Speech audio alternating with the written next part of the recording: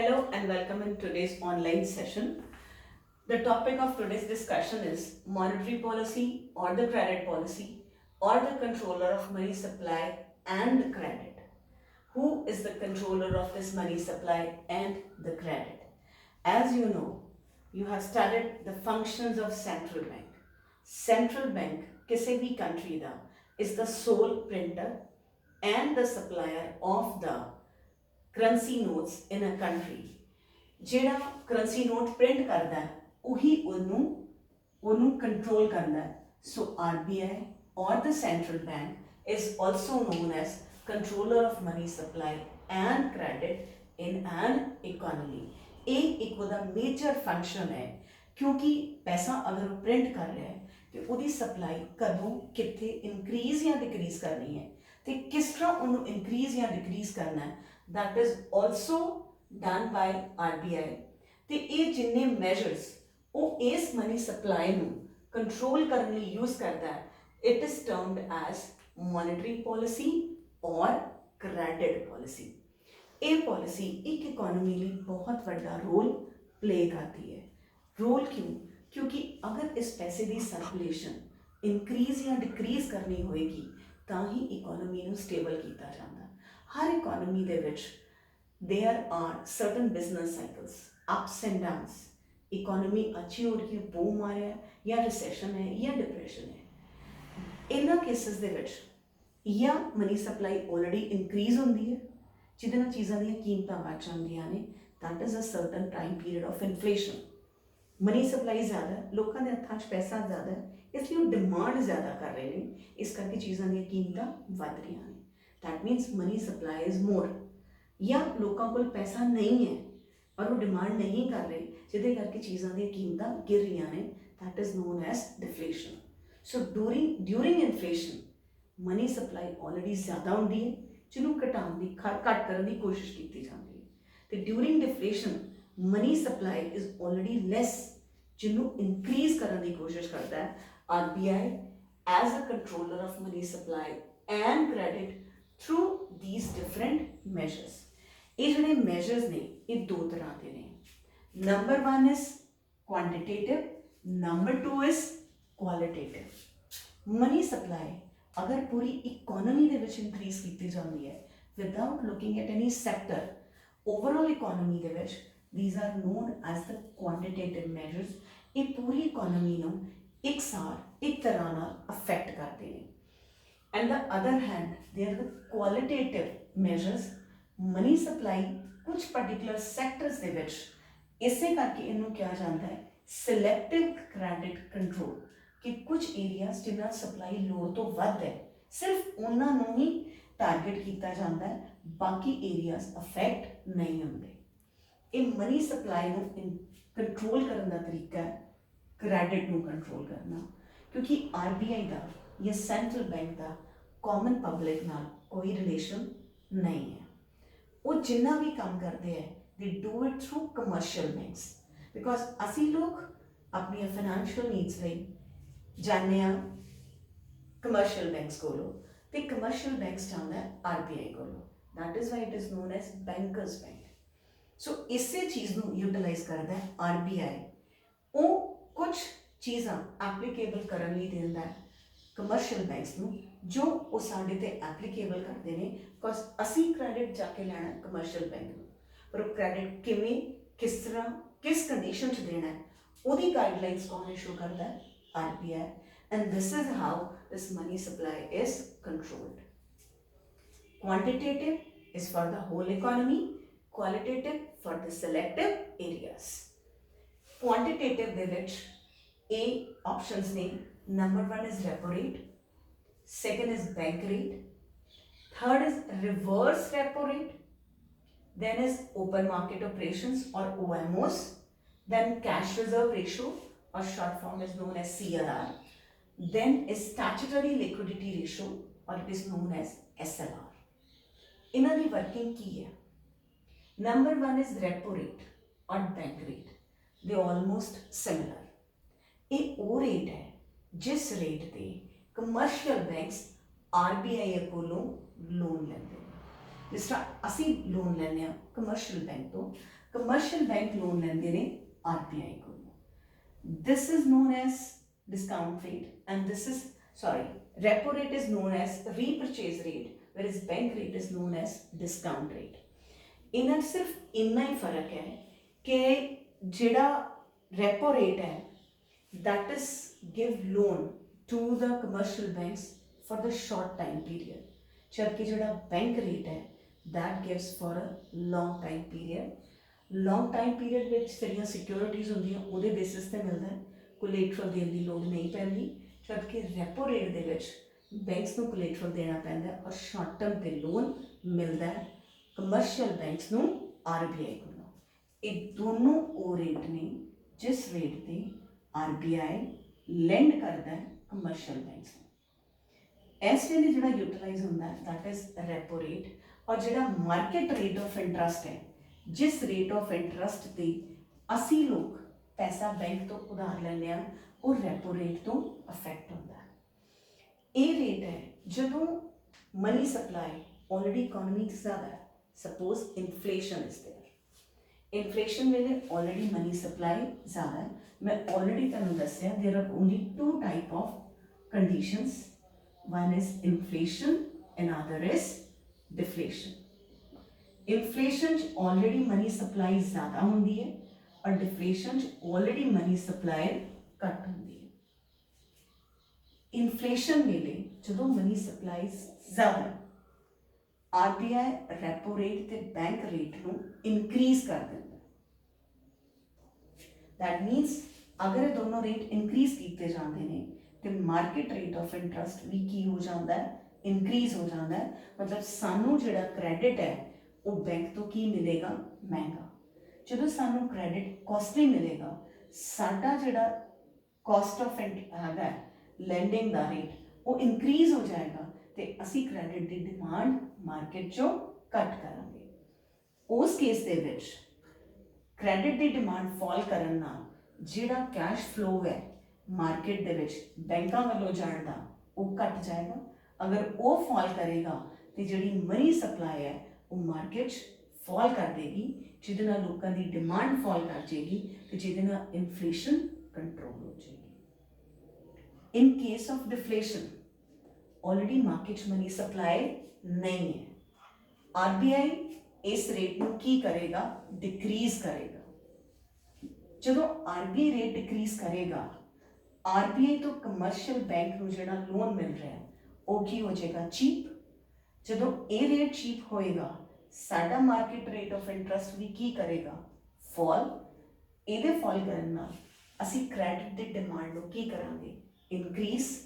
Credit ਦੀ demand increase ਹੋਣ ਨਾਲ ਸਾਡੀ ਓਵਰਆਲ ਇਕੋਨਮੀ 'ਚ ਡਿਮਾਂਡ ਇਨਕਰੀਜ਼ ਹੋਏਗੀ, ਜਿਹਦੇ ਕਰਕੇ ਇਕੋਨਮੀ ਦੇ ਵਿੱਚ ਜਿਹੜੀ ਮਨੀ ਸਪਲਾਈ ਹੈ ਉਹ ਇਨਕਰੀਜ਼ ਹੋ ਜਾਏਗੀ ਤੇ ਡਿਫਲੇਸ਼ਨ ਕੰਟਰੋਲ 'ਚ ਆ ਜਾਏਗੀ।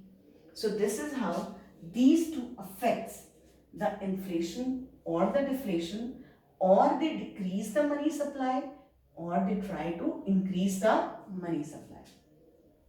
Repo rate to opposite है reverse repo rate, triple R। repo rate lending rate है जिस रेट ते RBI lend करता है कमर्शियल बैंक ਨੂੰ। पर कई बारी कमर्शियल बैंक्स ਦੇ ਕੋਲ ਜਿਹੜਾ ਪੈਸਾ ਹੈ ਉਹ ਸਾਡੀ ਡਿਮਾਂਡ ਡਿਪੋਜ਼ਿਟ ਦਾ ਹਿੱਸਾ ਉਹ ਜ਼ਿਆਦਾ ਹੋ ਜਾਂਦਾ ਹੈ, ਉਹ ਉਹਨਾਂ ਕ੍ਰੈਡਿਟ ਡਿਸਟਰੀਬਿਊਟ ਨਹੀਂ ਕਰ ਪਾਉਂਦੇ, ਜਿਹਦੇ ਕਰਕੇ ਉਹਨਾਂ ਕੋਲ ਐਕਸਟਰਾ ਪੈਸੇ ਹੁੰਦੇ ਨੇ ਔਰ ਉਹ ਆਪਣਾ ਪੈਸਾ, ਜਿਸ ਤਰ੍ਹਾਂ ਅਸੀਂ ਆਪਣਾ ਐਕਸਟਰਾ ਸੇਵਿੰਗ ਬੈਂਕ 'ਚ ਰੱਖਦੇ ਹਾਂ, ਇਸੇ ਤਰ੍ਹਾਂ ਕਮਰਸ਼ੀਅਲ ਬੈਂਕ ਵਾਲੇ ਵੀ ਆਪਣਾ ਐਕਸਟਰਾ ਪੈਸਾ ਕਿੱਥੇ ਰੱਖਦੇ ਨੇ, that money is kept with the RBI. So reverse repo rate is a saving rate. It is the rate at which commercial banks pool up their extra savings with the RBI, कि वो RBI ਦੇ ਕੋਲ ਆਪਣੇ extra ਪੈਸੇ save ਕਰਦੇ ਨੇ ਤੇ ਉਹਦੇ ਬਦਲੇ ਉਹਦੇ ਕੋਲੋਂ ਕੁਝ ਇੰਟਰਸਟ ਲੈਂਦੇ ਨੇ, that is known as reverse repo rate. Reverse repo rate ਦੇ ਨਾਲ ਅਗਰ ਇਕੋਨਮੀ ਦੇ ਵਿੱਚ ਸੇਵਿੰਗਸ ਨੂੰ ਇਨਕਰੀਜ਼ ਕਰਨਾ ਹੈ ਤੇ ਉਸ ਵੇਲੇ RBI ਇਹਨੂੰ ਇਨਕਰੀਜ਼ ਕਰ ਦਿੰਦਾ ਹੈ, ਤੇ ਜਦੋਂ ਉਹ ਸੇਵਿੰਗਸ ਡਿਕਰੀਜ਼ ਕਰਨਾ ਚਾਹੁੰਦਾ ਹੈ ਉਹ ਇਸ ਚੀਜ਼ ਨੂੰ ਡਿਕਰੀਜ਼ ਕਰ ਦਿੰਦਾ ਹੈ। So reverse repo rate is a saving rate, the rate at which commercial bank pull up their extra money with the RBI. जिस वेले इकोनॉमी च इन्फ्लेशन है, ऑलरेडी मनी सप्लाई क्रेडिट की डिमांड ਨੂੰ डिक्रीज करना है कि कमर्शियल बैंक ਬਹੁਤਾ क्रेडिट ना डिस्ट्रीब्यूट करन, आरबीआई रिवर्स रेपो रेट ਨੂੰ ਕੀ ਕਰ ਦਿੰਦਾ ਹੈ, इंक्रीज। ਜਦੋਂ सेविंग रेट इंक्रीज होएगा, ज़्यादा तो ज़्यादा कमर्शियल बैंक पैसा ਇੱਥੇ जमा कराएंगे, इथे पैसा अगर वो सेव कराएंगे तो लोगों को क्रेडिट घट देंगे, उस क्रेडिट के घटन नाल इकोनॉमी च मनी सप्लाई फॉल कर जाएगी तो इन्फ्लेशन कंट्रोल हो जाएगी। जिस वेले डिफ्लेशन है, आरबीआई रिवर्स रेपो रेट ਨੂੰ घटा देगा, सेविंग रेट घट गए, ज़्यादा बैंक पैसे जमा आरबीआई कोल नहीं कराएंगे तो क्रेडिट ज़्यादा की करेंगे, डिस्ट्रीब्यूट। ज़्यादा क्रेडिट डिस्ट्रीब्यूट होने नाल मनी सप्लाई इंक्रीज होएगी तो डिफ्लेशन कवर अप होएगी। सो this is how it is used against repo rate, but inflation वेले दोनों इंक्रीज किए जाते हैं तो डिफ्लेशन वेले दोनों डिक्रीज किए जाते हैं।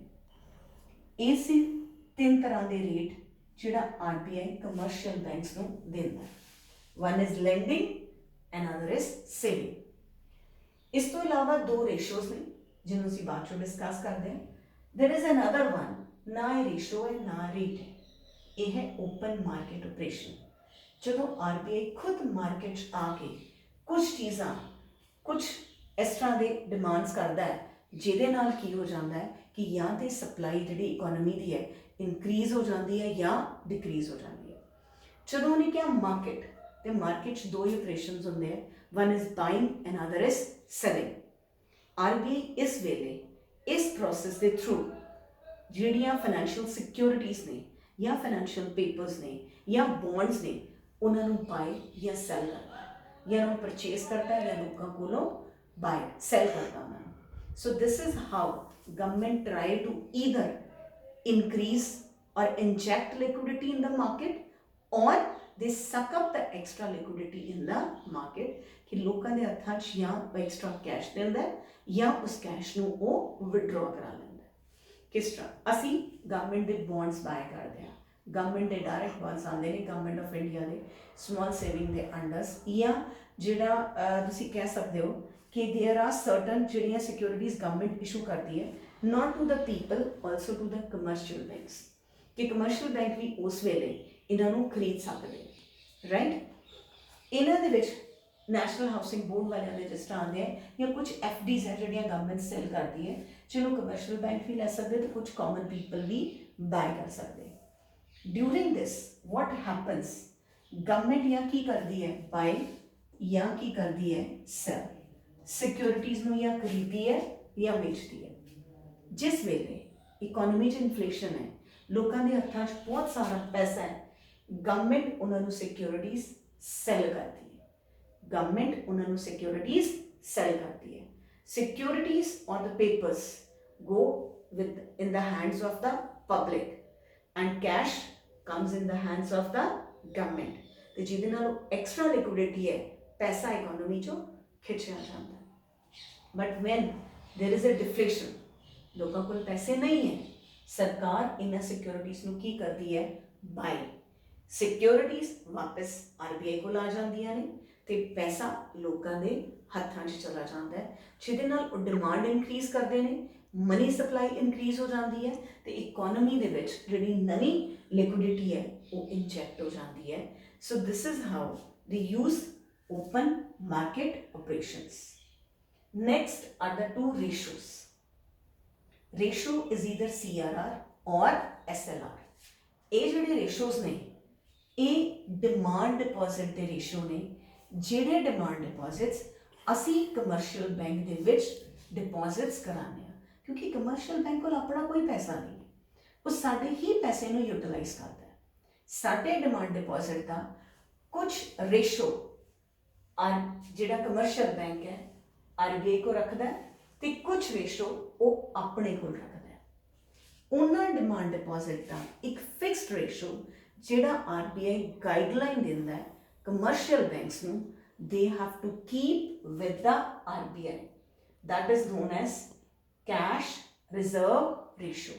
कि जिन्ना कैश डिमांड डिपॉजिट ਦੇ थ्रू कमर्शियल बैंक ਕੋਲ ਆਇਆ ਉਹਦਾ ਇੱਕ ਕੁਝ ਪਰਸੈਂਟੇਜ ਫਿਕਸਡ ਪਰਸੈਂਟੇਜ ਉਹਨੂੰ ਉਸ ਕਮਰਸ਼ੀਅਲ ਬੈਂਕ ਨੂੰ ਕਿਹਨੂੰ ਜਮ੍ਹਾਂ ਕਰਾਉਣਾ ਪਏਗਾ? RBI ਨੂੰ. ਇਟ ਇਜ਼ ਮੈਂਡੇਟਰੀ, ਉਹਦੇ ਬਿਨਾਂ ਆਪਣੀ ਵਰਕਿੰਗ ਸ਼ੋ ਨਹੀਂ ਕਰ ਸਕਦੇ. ਸੋ ਦੈਟ ਮੀਨਸ ਇਹ ਜਿਹੜਾ ਰਿਜ਼ਰਵ ਹੈ ਕਮਰਸ਼ੀਅਲ ਬੈਂਕਸ ਦਿੰਦੇ ਹੈ, ਪਰ ਜਾਂਦਾ ਕਿਹਦੇ ਕੋਲ ਹੈ? RBI ਕੋਲ. ਔਰ ਇਹ ਕੈਸ਼ ਡਿਪੋਜ਼ਿਟ ਡਿਮਾਂਡ ਡਿਪੋਜ਼ਿਟਸ ਦਾ ਪਾਰਟ ਹੈ. ਹੁਣ ਜਿਸ ਵੇਲੇ ਇਕੋਨਮੀ 'ਚ ਇਨਫਲੇਸ਼ਨ ਹੈ, RBI ਚਾਹੁੰਦਾ ਹੈ ਕਿ ਬੈਂਕਸ ਵਾਲੇ ਜ਼ਿਆਦਾ ਕ੍ਰੈਡਿਟ ਨਾ ਦੇਣ, ਜ਼ਿਆਦਾ ਲੋਨ ਨਾ ਵੰਡਣ. ਉਹ ਕੀ ਕਰਦਾ ਹੈ? ਉਹ ਇਸ CRR ਨੂੰ ਕੀ ਕਰ ਦਿੰਦਾ ਹੈ? ਇਨਕਰੀਜ਼. ਦੈਟ ਮੀਨਸ ਜਿੰਨਾ ਉਹਨਾਂ ਕੋਲ ਕੈਸ਼ ਆਇਆ ਉਸ ਕੈਸ਼ ਦੇ ਵਿੱਚੋਂ ਜਿਹੜਾ ਰਿਜ਼ਰਵ ਜਾਣਾ ਹੈ RBI ਕੋਲ, ਉਹਦਾ ਨੰਬਰ ਪਰਸੈਂਟੇਜ ਇਨਕਰੀਜ਼ ਕਰਦੀ. ਰਿਜ਼ਰਵ ਇਨਕਰੀਜ਼ ਕਰ ਗਿਆ, ਨੰਬਰ ਆਫ ਕ੍ਰੈਡਿਟਸ ਫਾਲ ਕਰ ਗਏ, ਜਿਹਦੇ ਨਾਲ ਇਕੋਨਮੀ 'ਚ ਮਨੀ ਸਪਲਾਈ ਫਾਲ ਕਰ ਜਾਏਗੀ ਤੇ ਇਨਫਲੇਸ਼ਨ ਕੰਟਰੋਲ ਹੋ ਜਾਏਗੀ. ਇਸੇ ਤਰ੍ਹਾਂ ਜਿਸ ਵੇਲੇ ਇਕੋਨਮੀ 'ਚ ਡਿਫਲੇਸ਼ਨ ਹੈ, ਮਨੀ ਸਪਲਾਈ ਨਹੀਂ ਹੈ, RBI ਇਸ CRR ਨੂੰ ਡਿਕਰੀਜ਼ ਕਰ ਦੇਗੀ. ਜਦੋਂ CRR ਡਿਕਰੀਜ਼ ਹੋਏਗਾ, that means out of the demand deposits reserve ਜਿਹੜਾ RBI ਕੋਲ ਗਿਆ ਉਹ ਰਿਡਿਊਸ ਕਰ ਗਿਆ. ਉਹਦੇ ਨਾਲ ਬੈਂਕਸ ਕੋਲ ਜ਼ਿਆਦਾ ਪੈਸਾ ਬਚਿਆ to give credit. They are able to give more credit, gives more credit, increases the money supply, cover ups the deflation. So this is how it uses this ratio.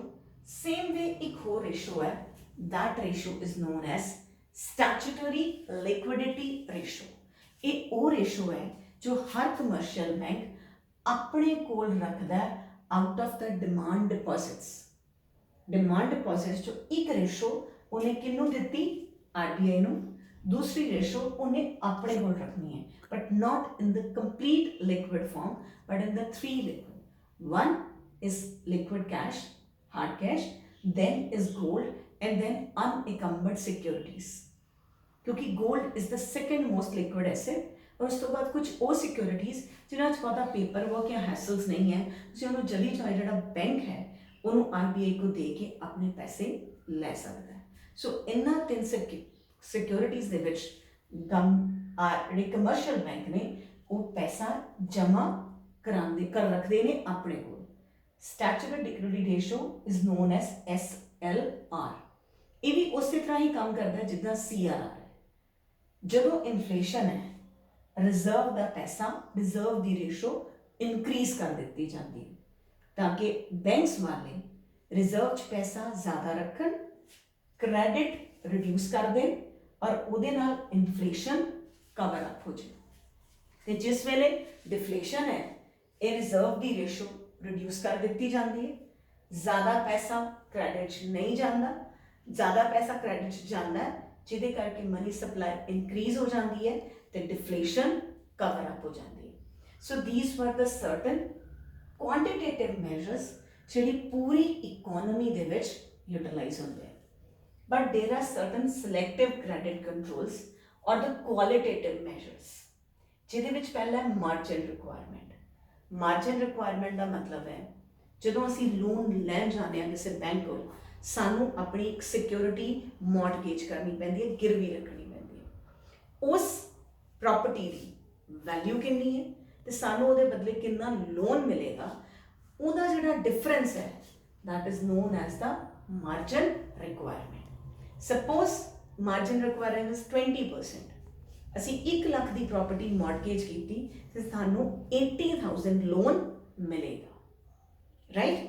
ਔਰ ਅਗਰ ਇਹੀ ਮਾਰਜਨ ਰਿਕੁਆਇਰਮੈਂਟ 40% ਹੈ, that means ਤੁਹਾਨੂੰ 1 ਲੱਖ ਦੇ ਬਦਲੇ ਸਿਰਫ 60,000 loan ਮਿਲੇਗਾ. 40% will be deducted. ਸੋ ਜਿਸ ਏਰੀਆ ਦੇ ਵਿੱਚ ਲੋਨ ਜਾਂ ਸਪਲਾਈ ਮਨੀ ਦੀ ਇਨਕਰੀਜ਼ ਕਰਨੀ ਹੁੰਦੀ ਹੈ, ਉੱਥੇ ਮਾਰਜਨ ਰਿਕੁਆਇਰਮੈਂਟ ਨੂੰ ਰਿਡਿਊਸ ਕਰ ਦਿੱਤਾ ਜਾਂਦਾ ਹੈ. ਤੇ ਜਿੱਥੇ ਮਨੀ ਸਪਲਾਈ ਵਧਾਣੀ ਹੈ ਉੱਥੇ ਇਹਨੂੰ ਰਿਡਿਊਸ ਕਰਤਾ, ਤੇ ਜਿੱਥੇ ਇਹਨੂੰ ਰਿਡਿਊਸ ਕਰਨਾ ਹੈ ਉਸ ਜਗ੍ਹਾ ਤੇ ਮਾਰਜਨ रिक्वायरमेंट ਨੂੰ ਕੀ ਕਰ ਦਿੱਤਾ ਜਾਏਗਾ ਇਨਕਰੀਜ਼। ਸਪੋਜ਼ ਉਹ ਕਹਿੰਦੇ ਜਿਹੜਾ ਲੋਨ ਲੈਣ ਆਇਆ ਫॉर ਸਮ ਮਾਰਕੀਟ ਪਰਪਸ ਕਿ ਉਹਨੇ ਮਾਰਕੀਟ 'ਚ ਇਨਵੈਸਟ ਕਰਨਾ ਹੈ ਲਾਈਕ ਇਨ ਸ਼ੇਅਰ ਮਾਰਕੀਟ ਔਰ ਸਮ ਔਰ ਜਾਂ ਉਹਨੇ ਕੰਜ਼ੰਪਸ਼ਨ ਕਰਨੀ ਹੈ ਤੇ ਵਹੀਕਲਸ ਨਵੇਂ ਲੈਣੇ ਆ ਉਹਨਾਂ ਦੀ ਮਾਰਜਨ ਰਿਕੁਆਇਰਮੈਂਟ ਕੀ ਹੋਏਗੀ ਜ਼ਿਆਦਾ। ਪਰ ਕੋਈ ਐਜੂਕੇਸ਼ਨ ਸੈਕਟਰ ਲਈ ਲੈਣ ਆਇਆ ਤੇ ਉਹਦੀ ਮਾਰਜਨ ਰਿਕੁਆਇਰਮੈਂਟ ਕੀ ਹੋਏਗੀ ਘੱਟ। Then is moral suasion, morally persuade ਕਰਨਾ ਬੈਂਕਸ ਨੂੰ ਕਿ ਉਹ ਆਰਬੀ ਦੀਆਂ ਗਾਈਡਲਾਈਨਸ ਫੋਲੋ ਕਰਨ।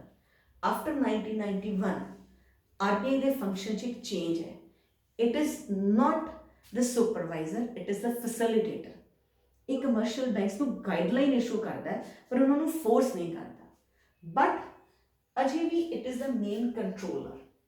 ਸੋ ਡਿਊਰਿੰਗ ਇਨਫਲੇਸ਼ਨ ਉਹ ਸਾਰੇ ਬੈਂਕਸ ਨੂੰ ਆਰਡਰ ਕਰਦਾ ਹੈ, ਗਾਈਡਲਾਈਨਸ ਦਿੰਦਾ ਹੈ ਕਿ B selective in your credit function, सोच समझ के क्रेडिट दो, बिना मर्जी मतलब तो क्रेडिट इशू ना करो क्योंकि ऑलरेडी इकोनॉमी च मनी सप्लाई बहुत की है ज़्यादा।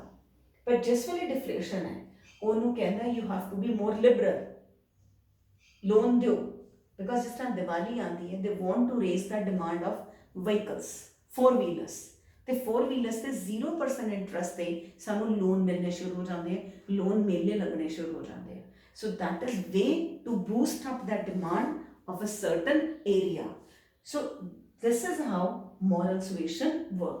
ਤੇ ਅਗਰ ਕੋਈ ਬੈਂਕ ਆਰਬੀ ਦੀ ਗਾਈਡਲਾਈਨਸ ਫੋਲੋ ਨਹੀਂ ਕਰਦਾ ਤੇ ਆਰਬੀ ਉੱਤੇ ਡਾਇਰੈਕਟ ਐਕਸ਼ਨ ਲੈ ਸਕਦਾ ਹੈ ਕਿ ਉਹਦੀ ਫਰੈਂਚਾਈਜ਼ੀ ਰੋਕ ਸਕਦਾ ਹੈ ਜਾਂ ਉਹਦੇ ਜਿਹੜਾ ਅੱਗੋਂ ਸੁਪਰਵਿਜ਼ਨ ਹੈ ਉੱਤੇ ਰੁਕਾਵਟ ਪਾ ਸਕਦਾ ਹੈ ਜਾਂ ਉਹਨੂੰ ਫਰਦਰ ਕਿਸੇ ਨਾਲ ਮਰਜਰ ਜਾਂ ਜ਼ਿਆਦਾ ਬ੍ਰਾਂਚਸ ਖੋਲ੍ਹਣ ਦੀ ਆਜ਼ਾਦੀ ਨਹੀਂ ਦੇ ਸਕਦਾ। So this is how government ਔਰ RBI try to pursue the commercial banks ਕਿ ਉਹਦੀ ਗਾਈਡਲਾਈਨਸ ਨੂੰ ਫੋਲੋ ਕਰਨ। Last one is credit rationing. Credit rationing is done only during deflation, not during only during inflation, not during deflation। क्योंकि inflation च money supply ज़्यादा है, इस करके जिहड़ा राशन जिहड़ा क्रेडिट है ਉਹਦਾ कोटा फिक्स कर दिता जाता है कि इस एरिया वाले ਨੂੰ सिर्फ इन्ने % ही मिलेगा। सपोज एक बैंक ने 100 लोन डिस्ट्रीब्यूट करने, ਉਹਦੇ ਵਿੱਚੋਂ 50% is meant for the industrialist जो नवी नवे then एक्सपोर्ट प्रमोशन वाली इंडस्ट्रीज ਨੂੰ प्रेफरेंस होएगी। जिन्हें कंजम्पशन ਲਈ ਜਾਂ मैरिज पर्पस ਲਈ ਲੈਣਾ ਉਹਦਾ ਲੋਨ ਲਾਸਟ ਤੇ ਆਏਗਾ। सो एजुकेशन का लोन है ਉਹਦੀ ਇੱਕ ਅਲੱਗ परसेंटेज है। सो उस अकॉर्डिंगली कोटा फिक्स कर जाता है कि इस तो ਵੱਧ लोन या इन्नी अमाउंट का लोन भी इस एरिया ਦੇ ਵਿੱਚ नहीं देना। सो this is what the credit rationing and that is done mainly during inflation, not during deflation. क्योंकि डिफ्लेशन के टाइम ते ऑलरेडी मनी सप्लाई घट है जिन्हों आरबीआई इंक्रीज करने की कोशिश कर रहा है। So credit rationing is not a good system और a good step to show off the credit. So उस वेले क्रेडिट ਨੂੰ ਉਹ कंट्रोल करने की कोशिश नहीं करता। So these were the certain measures ਜਿਹਦੇ थ्रू आरबीआई मनी सप्लाई या क्रेडिट ਨੂੰ कंट्रोल करता है इन एन इकोनॉमी। ये दो तरह के सी, one is quantitative, another is qualitative. For the whole economy, for certain areas. Whole economy वाले सन free rates, repo and bank rate are the lending rate, reverse repo rate is the saving rate, open market operation is either buying or selling of the securities, and two ratios of the demand deposit. One is cash reserve ratio, one is statutory liquidity ratio. And here it was margin requirement, moral suasion and credit rationing. Hope you have understood this topic very well.